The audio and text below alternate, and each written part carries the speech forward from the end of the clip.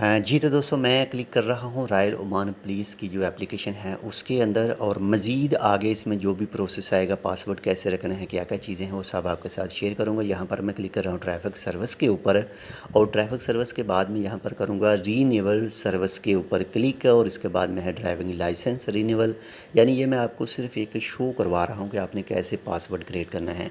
तो please login before using this service. तो मैं यहाँ पर लॉगिन के ऊपर क्लिक कर रहा हूँ और इसके बाद में 2 ऑप्शन हमारे पास आ रहे हैं please insert use civil number. यानी यहाँ पर 2 ऑप्शन है, सिविल नंबर और मोबाइल नंबर का। तो हमने जो है अपनी एक्टिवेशन है पीकेआई कोड की वो मोबाइल नंबर के ऊपर करवाई है। आपने अगर सिविल नंबर के ऊपर करवाई है तो आपने सिविल नंबर ही रहने देना है, लेकिन मैंने मोबाइल नंबर के ऊपर करवाई है तो यहाँ पर मोबाइल नंबर लिख कर उसके बाद में लॉगिन पर क्लिक करूँगा और यहाँ पर ये शो करवा रहा है your verification code is 6788।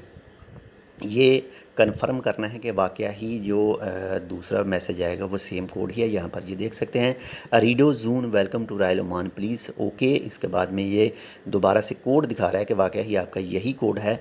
Okay करने के बाद में हमारे पास जो आएगा एदखल रकमल सरी तस्दीक इलेक्ट्रॉनी। जो आपने जो आज सन शॉप पर गए थे तो वहाँ पर आपने जो अपना कोड रखा था वो कोड आपने यहाँ पर इंटर करना है और ये कोड आपने किसी के साथ शेयर नहीं करना है। ओके पर क्लिक करने के बाद में हमारे पास जो नेक्स्ट प्रोसेस आएगा वो कुछ इस तरह से होगा, क्रिएट पासवर्ड फॉर ऐप। आपके पास ऊपर जो मैसेज है वो भी आ जाएगा।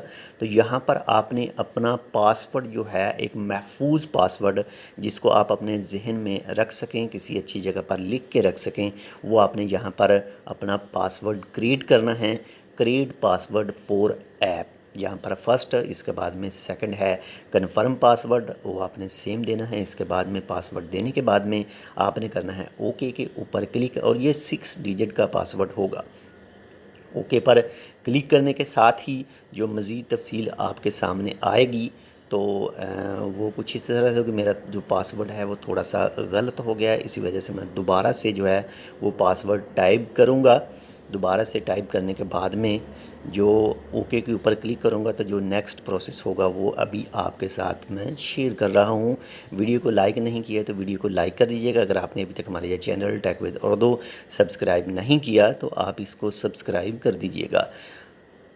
तो इसके बाद में कुछ जो सिस्टम होगा वो कुछ इस तरह से हमारे थोड़ा सा टाइम लेगा। थोड़ा सा टाइम लेने के बाद में हमारे पास जो ऑप्शन आएगा तो वो कुछ इस तरह से होगा, please wait no your test result found. ये मैं टेस्ट यानी उसको देख रहा हूँ कि क्या क्या कुछ आगे होता है।